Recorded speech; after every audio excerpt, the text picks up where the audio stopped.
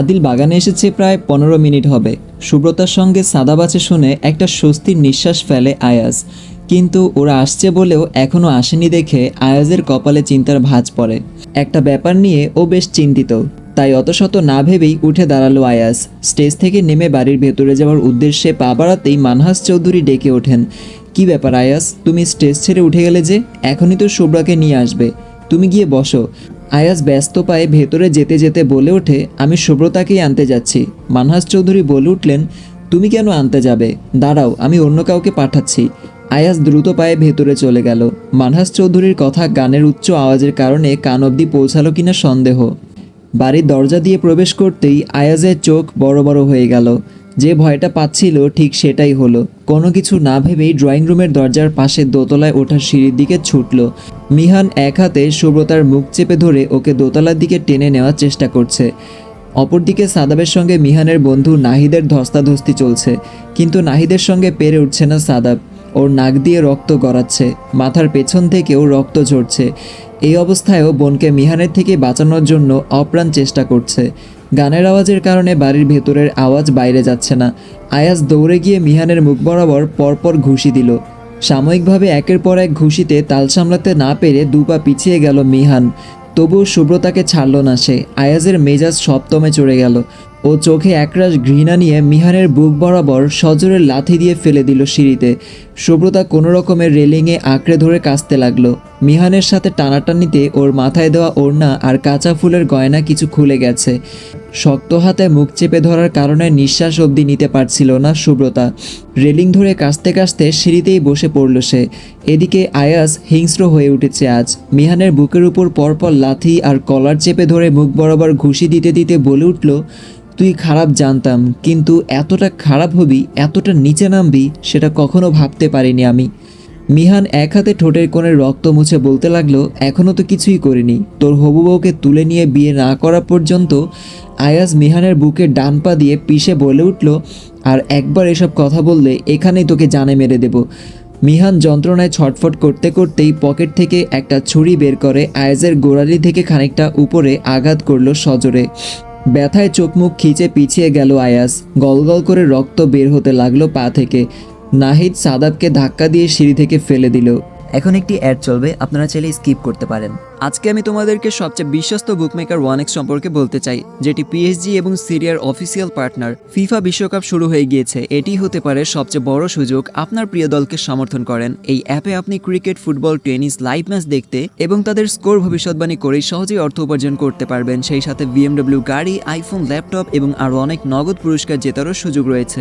এই অ্যাপটিতে আপনি crash, crystal, under and over 21 ইত্যাদি গেম খেলে সহজে আয় করতে পারবেন। সাইন আপ করার সময় আমার প্রচার কোড ওয়ানমারু ব্যবহার করে আপনার প্রথম জমাতে 24,000 টাকা পর্যন্ত পান। আপনি বিকাশ, নগদ, রকেট উপায়, ব্যাংক, ক্রিপ্টো, পেপ্যাল এবং অন্যান্য সহজ পদ্ধতির মাধ্যমে সহজেই আপনার জেতা টাকা তুলতে পারবেন। এখানে আপনি 24 ঘন্টা 7 দিন গ্রাহক সহায়তা পাবেন। তাই গুগলে 1x সার্চ করে অফিসিয়াল ওয়েবসাইটটিতে গিয়ে রেজিস্ট্রেশন করুন। আর রেজিস্ট্রেশনের সময় অবশ্যই আমার প্রচার কোড ওয়ানমারু ব্যবহার করে প্রথমবার ডিপোজিটে 24,000 টাকা পর্যন্ত পান। আয়াজ সিঁড়িতে বসে পড়তেই নাহিদ এসে চেপে ধরল। মিহান উঠে দাঁড়ালো শরীরের ব্যথা নিয়েই। হাতের ছুরিটা নিয়ে এগোতে লাগলো আয়াজের দিকে। সুব্রতা কী করবে বুঝতে পারছে না। রেলিং ধরে উঠে দাঁড়িয়ে জোরে জোরে ডাকতে লাগলো সবাইকে।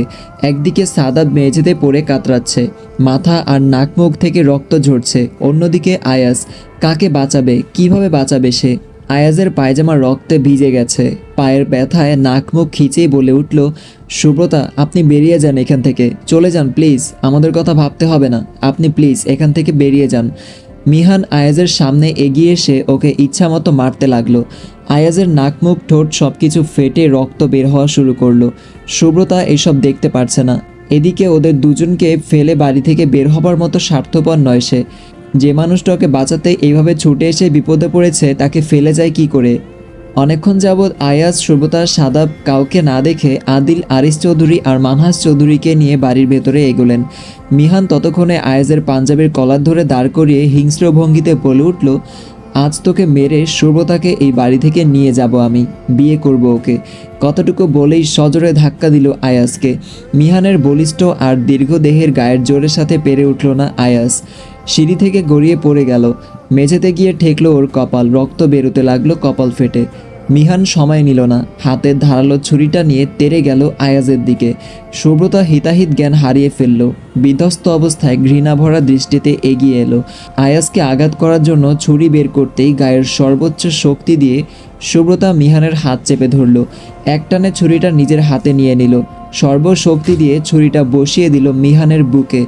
মানহাস চৌধুরী বাড়ির দরজায় এসে এমন পরিস্থিতি দেখে চিৎকার করে উঠলেন। আদিল আর আরিস চৌধুরী দৌড়ে গেলেন। নাহিদ ততক্ষণে পালানোর চেষ্টা করলেও আদিল গিয়ে ওকে ধরে ফেলল। সুব্রতা নিজের মধ্যে নেই যেন। সে ছুরিটা মিহানের বুক থেকে তুলে ফের আঘাত করলো। আরিস চৌধুরী দৌড়ে গিয়ে মেয়েকে থামালেন, সুব্রতাকে টেনে সরিয়ে আনলেন সেখান থেকে। সাদাব, আয়াস দুজনই জ্ঞান হারিয়েছে। মিহান অসহ্য যন্ত্রণায় বুক চেপে ধরে সিঁড়িতে বসে পড়ল। মানহাস চৌধুরী ছেলের কাছে দৌড়ে এলেন। আয়াস আর সাদাব দুজনের অবস্থাই খারাপ, তাই তিনি সঙ্গে সঙ্গে ছুটে এলেন বাগানে। চিৎকার করে বলে উঠলেন, বন্ধ করো এসব গান বাজনা, ভেতরে চলো সবাই, আয়াস আর সাদাবকে হসপিটালে নিতে হবে।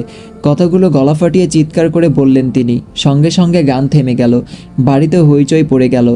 সবাই দৌড়ে এলো বাড়ির ভেতরে। মিহান, সুব্রতা আর আয়াজের অবস্থা দেখেই বাড়ির সদস্যদের বুঝতে বাকি রইল না এখানে কি ঘটেছে। তবে বাড়িতে আসা অতিথিদের মধ্যে নানান সমালোচনা শুরু হয়ে গেল। আয়াজের মামাতো খালাতো ভাইরা দ্রুত ধরাধরি করে সাদাব আর আয়াজকে হসপিটালে নিয়ে গেল। আদিল গায়ের সর্বশক্তি দিয়ে নাহিদকে ইচ্ছা মতো মারছে। সুব্রতা আরিস চৌধুরীর বুকে লেপ্টে আছে, মেয়েকে নিজের সাথে আগলে রেখেছেন তিনি। ফারহানা চৌধুরী দৌড়ে এলেন মেয়ের কাছে, ওকে ড্রয়িং রুমে নিয়ে গিয়ে বসালেন। এদিকে নাসরিন চৌধুরী আর আলিনা ছুটলেন হসপিটালে। মানহাস চৌধুরী শেষের পরিস্থিতিটা নিজ চোখেই দেখেছেন। তিনি উঠে দাঁড়ালেন, চরম ঘৃণাভরা দৃষ্টি নিয়ে এগিয়ে গেলেন মিহানের দিকে। নিজের বোনের ছেলে এতটা খারাপ হতে পারে এটা কল্পনাতেও ছিল না ওনার। তোমাকে নিজের ছেলের মতো ভাবতাম, তোমার মনে যে এই ছিল সেটা ভাবতে পারিনি। আমার ছেলের গায়ে হাত তুলেছো তুমি, রক্তাক্ত করেছো আমার আয়াসকে। তোমাকে তো আমি আজ ভীষণ ঘৃণাভরা কণ্ঠে কথাগুলো বলেই মানহাস চৌধুরী মিহানকে মারতে লাগলেন। নাহিদকে মারতে মারতে আধমারা বানিয়ে দিল আদিল। বাবার কাছে ছুটে এলো। মানহাস চৌধুরী যেভাবে মারছেন তাতে মনে হচ্ছে উনি আজ থামবেন না। আদিল এসে বাবাকে ছাড়ানোর চেষ্টা করতে লাগলো। কোনো রকমে মিহানের থেকে সরিয়ে সিঁড়ি থেকে নামিয়ে আনলো। ইরা, মীরা দুই বোন স্তব্ধ। ওর ভাই এমন ঘটনা ঘটাবে সেটা ভাবতেও পারেনি ওরা। মানহাস চৌধুরী গর্জে উঠলেন, আদিল, ছুঁড়ে ফেলে দাও বাড়ির বাইরে ওদের। এমন বিশ্বাসঘাতকদের আমি চোখের সামনে দেখতে চাই না। এই বাড়িতে এদের কারোর জায়গা নেই। ইরা, মীরা ওদের দিকে চেয়ে মানহাস চৌধুরী বলে উঠলেন, ওই নোংরা পরিবারের নোংরা মন মানসিকতা সম্পন্ন একটা ব্যক্তিও আমার বাড়িতে থাকতে পারবে না। সবাইকে ঘাড় ধাক্কা দিয়ে বের করে দাও আদিল। আদিল এক গ্লাস পানি এনে মানহাস চৌধুরীকে খাওয়ালেন। বাবাকে শান্ত করে ড্রয়িং রুমে বসিয়ে এসে ওর কিছু কাজিন আর ফ্রেন্ডদের উদ্দেশ্য করে বলল, বাবা যা বলছে তা করো তোমরা, এদের বাড়ি থেকে বের করে রেখে আসো, আমি বাড়ির দিকটা দেখছি। মিহান আর নাহিদকে নিয়ে যেতেই আদিল তেজশ্রী কণ্ঠে ইরাদের ধমকে উঠল, তোদের কি আলাদা করে যেতে বলতে হবে নাকি? বাবার কথা মতো ঘাড় ধাক্কা দিয়ে বের করে দেব? এখনই বাড়ি থেকে বেরিয়ে যা তোরা। আমি সেই বাড়ির কাউকে দেখতে চাই না যারা আমার ভাইয়ের শরীরে এভাবে আঘাত করেছে। চলে যায় এখান থেকে। ইরা বেশ অপমানিত বোধ করলো। আদিলের কথা শেষ না হতেই মীরার হাত ধরে টানতে টানতে বেরিয়ে গেল। ইফরা দাঁড়িয়ে আছে বাড়ির এক কোণে। কিছু আত্মীয় স্বজন এখনও এটা সেটা বলাবলি করছে। সবাই ঘটনার আসল অর্থধার না করেই যখন আয়াত, সুব্রতা, মিহানের নামে সমালোচনা করছিল, তখন আরিস চৌধুরী শক্ত গলায় বলে ওঠেন, দেখুন, এটা আমাদের একান্তই পারিবারিক ব্যাপার, পারিবারিক ঝামেলা, তাই প্লিজ আসল ঘটনা না জেনে কেউ মন্তব্য করবেন না। আয়াত, সুব্রতা ওদের সাথে মিহানের তেমন কোনো শত্রুতা ছিল না, কিন্তু কিছুদিন আগে আমাদের পারিবারিক কিছু ঝামেলায় কথা কাটাকাটি হয়, কিন্তু সেজন্য যে মিহান এমন করবে সেটা ভাবতেও পারিনি। আপনাদের কাছে ক্ষমা প্রার্থী আমরা সকলেই। এত আনন্দমুখের একটা অনুষ্ঠানে এইভাবে সকলের আনন্দ উচ্ছ্বাসের মাঝে এমন অনাকাঙ্ক্ষিত ঘটনা ঘটে যাবে তা আমরা কেউই জানতাম না। আমার মেয়েটাও এমন অনাকাঙ্ক্ষিত ঘটনায় ভীষণ ট্রমাটাইজ হয়ে গেছে। ভাই আর আয়াজের এমন অবস্থায় সে হিতাহিত জ্ঞান হারিয়ে এমন একটা পদক্ষেপ নিয়েছে। তবে আল্লাহর কাছে শুকরিয়া এই যে আমাদের ছেলে মেয়েদের যে তেমন বড় কোনো ক্ষতি হয়নি। সবাই দোয়া করবেন যেন আয়াজ, সাদাব ওরা দুই ভাই দ্রুত সুস্থ হয়ে যায়। রাত 9টা বাজে। হলুদ অনুষ্ঠানের আনন্দমুখর বাড়ি এখন ফাঁকা। বাইরের সকল অতিথিরা চলে গেছেন।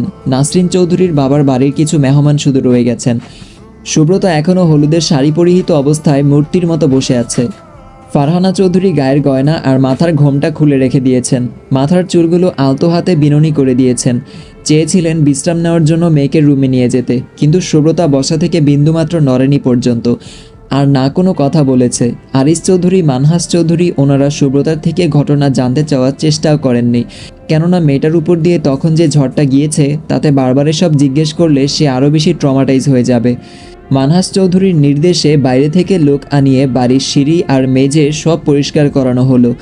এসব রক্ত দেখলে সুব্রতার আরও বেশি মনে পড়বে, আরও কষ্ট পাবে। আদিল গাড়ির চাবি নিয়ে ছুটে এলো উপর দিকে। ড্রয়িং রুমে এসে বলে উঠল, বাবা, জেঠু, চলুন হসপিটালে। সাদাব ভাই আর ভাইয়া দুজনেরই জ্ঞান ফিরেছে। শাহিদ ভাই, আয়াজের বড় মামার ছেলে, ফোন করে জানিয়েছেন। ক্লান্ত হয়ে সোফায় মাথা এলিয়ে চোখ বুজেছিলেন মানহাস চৌধুরী। আদিলের কথায় চোখ মেলে তাকালেন। ওনারা দুই ভাই উঠে দাঁড়ানোর আগেই সুব্রতা উঠে দাঁড়ালো। আদিলের সামনে এসে দাঁড়িয়ে মূর্তির ন্যায় বলে উঠল, আমি হসপিটালে যাব আদিল, আমায় নিয়ে চলুন। ফারহানা চৌধুরী আপত্তি জানিয়ে বলেন, তুই এই অবস্থায় যাবি সুব্রতা? না না, তোর যেতে হবে না, তুই বাড়িতেই থাক, আমরা যাচ্ছি। ফারহানা চৌধুরীর বারণ উপেক্ষা করেই সুব্রতা হেঁটে বেরিয়ে গেল। পেছন পেছন আদিলও ছুটল। গেট অবধি এসেই আদিল কথা না বাড়িয়ে দ্রুত গাড়ির দরজা খুলে দিল। সুব্রতা উঠে বসল। আরিস চৌধুরী, মানহাস চৌধুরী ওনারাও এলেন। সবাই গাড়িতে উঠে বসতেই আদিল গাড়ি স্টার্ট দিল। পরবর্তী পর্ব আপলোড হয়ে গেছে, এখনই দেখে আসুন।